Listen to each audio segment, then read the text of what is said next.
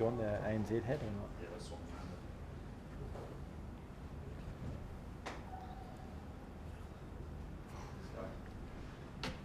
Well, first of all, fantastic series for you and congratulations for that. And in the absence of Kane Williamson, you taking up the responsibility, does that play in your mind that Kane is not there and it is time for you to step up? And how do you take that pressure of filling the gap of a big player like that?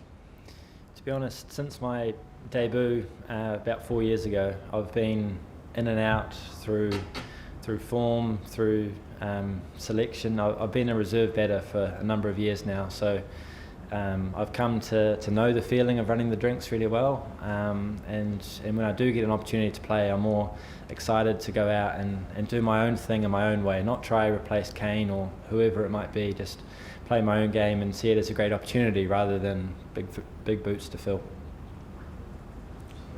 Couple of questions. First, you didn't play in the Sri Lanka series, which was you came in Bangalore, and since then you've been done really well. What kind of preparations you were doing in regards to your batting in the lead up to be ready for whenever the chance comes? So even one game back from Sri Lanka, we were in India and we were meant to play Afghanistan in Noida. Although the outfield was really wet, we could still train on that block, and then we went to Sri Lanka, played 2 test matches in Gaul. As you say, I ran the drinks, but there were really good nets there and I could train most days, whether it was with Michael Bracewell, who was on the drinks with me, or Rangana Harath was bowling to me a lot.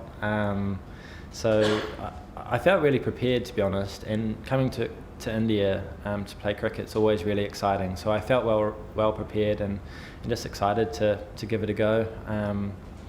At times trust my defence, and at times know when and where to look to score, and thankfully it worked. Just follow up, sorry. In regards to your batting as well, compared to say your last trip to India in 2021, unlike the other batters, you resorted to sweep as little as you can. Was that a conscious choice as to how you were trying to play spinners compared to the other batters who were using the sweep shot a lot? Was it a conscious choice in these conditions that you wanted to play as compact as possible? The ball was turning quite a lot, so I felt that moving down the crease might be a bit risky because of getting stumped. So I felt at times when the bowler was bowling and there was a field that I liked and I felt like sweep was on, I was prepared to have the courage to try it. And then once you get the field you like, you can sort of go back to plan A and look to milk from there. So it wasn't like a conscious choice to sweep. I think I just had it in the locker if I needed it, and at times I felt like it was the right option. Yeah, congratulations. You look the most compact batsman from both the teams throughout the series. Which inning did give you more satisfaction? Chasing Ricky Total in Bangalore against Bumrah or inning in Mumbai? It's a great question, and thanks for the compliment.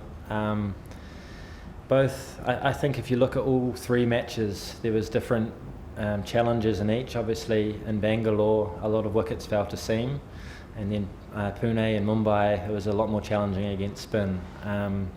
I think as a New Zealander coming over here and playing in Indian conditions, it's always going to be slightly more have more satisfaction of scoring runs against spin. So I'd suppose scoring runs in Pune or Mumbai felt more special.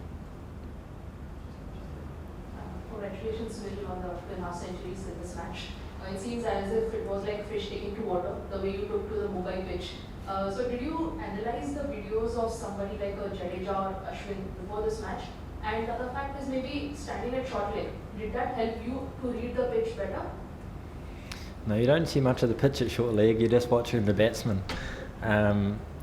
But yeah, I mean, video comes into play, you watch a little bit, but as well, like we've faced Jadeja, Ashwin, even Washington, Kuldeep, we've faced these guys before, so we know roughly what to expect and we know roughly what skill sets they'll bring, and then it's just, as I said before, assessing the conditions on the day, what the pitch is going to do and how we might react to that. How much of the experience of going to India 3 or 4 years ago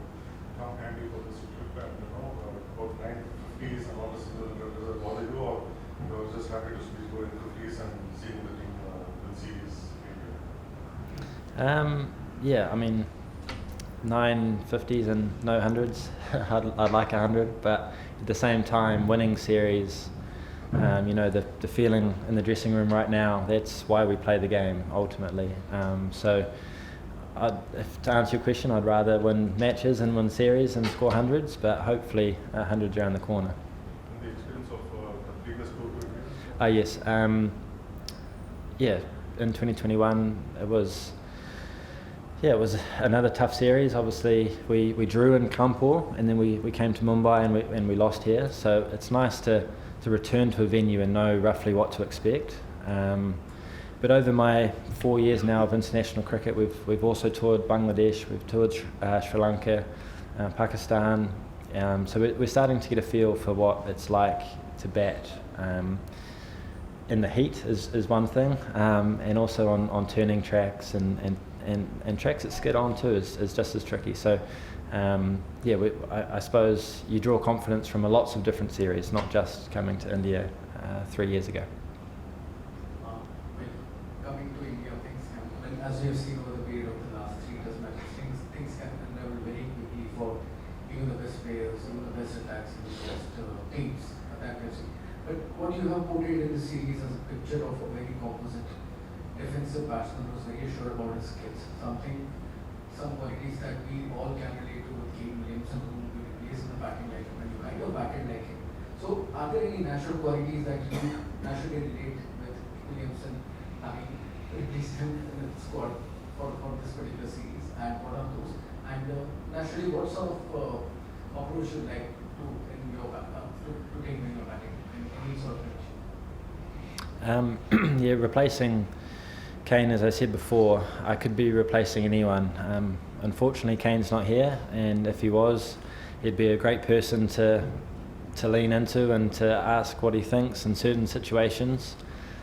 We also had 3 really good camps leading into the series back home, and Kane was at those camps. Kane was in Sri Lanka, and a lot of the guys look up to Kane and lean into his thoughts on the game and how to face certain bowling. But it's great at the moment because we've got fantastic batters all throughout our lineup, and they've all got slightly different methods, and I think on the day you've just got to pick what method you think will work, and you've got to have the courage to back that and show your skills. I try not to bat like Kane, I try to bat like me and do it my own way. Just last one. Hey, just a follow-up on those 2 innings in Bangalore and yesterday you 50. In Bangalore, you were at the crease with Conway and he was getting hit all over the place when Bumrah was bowling, but you were sort of serene.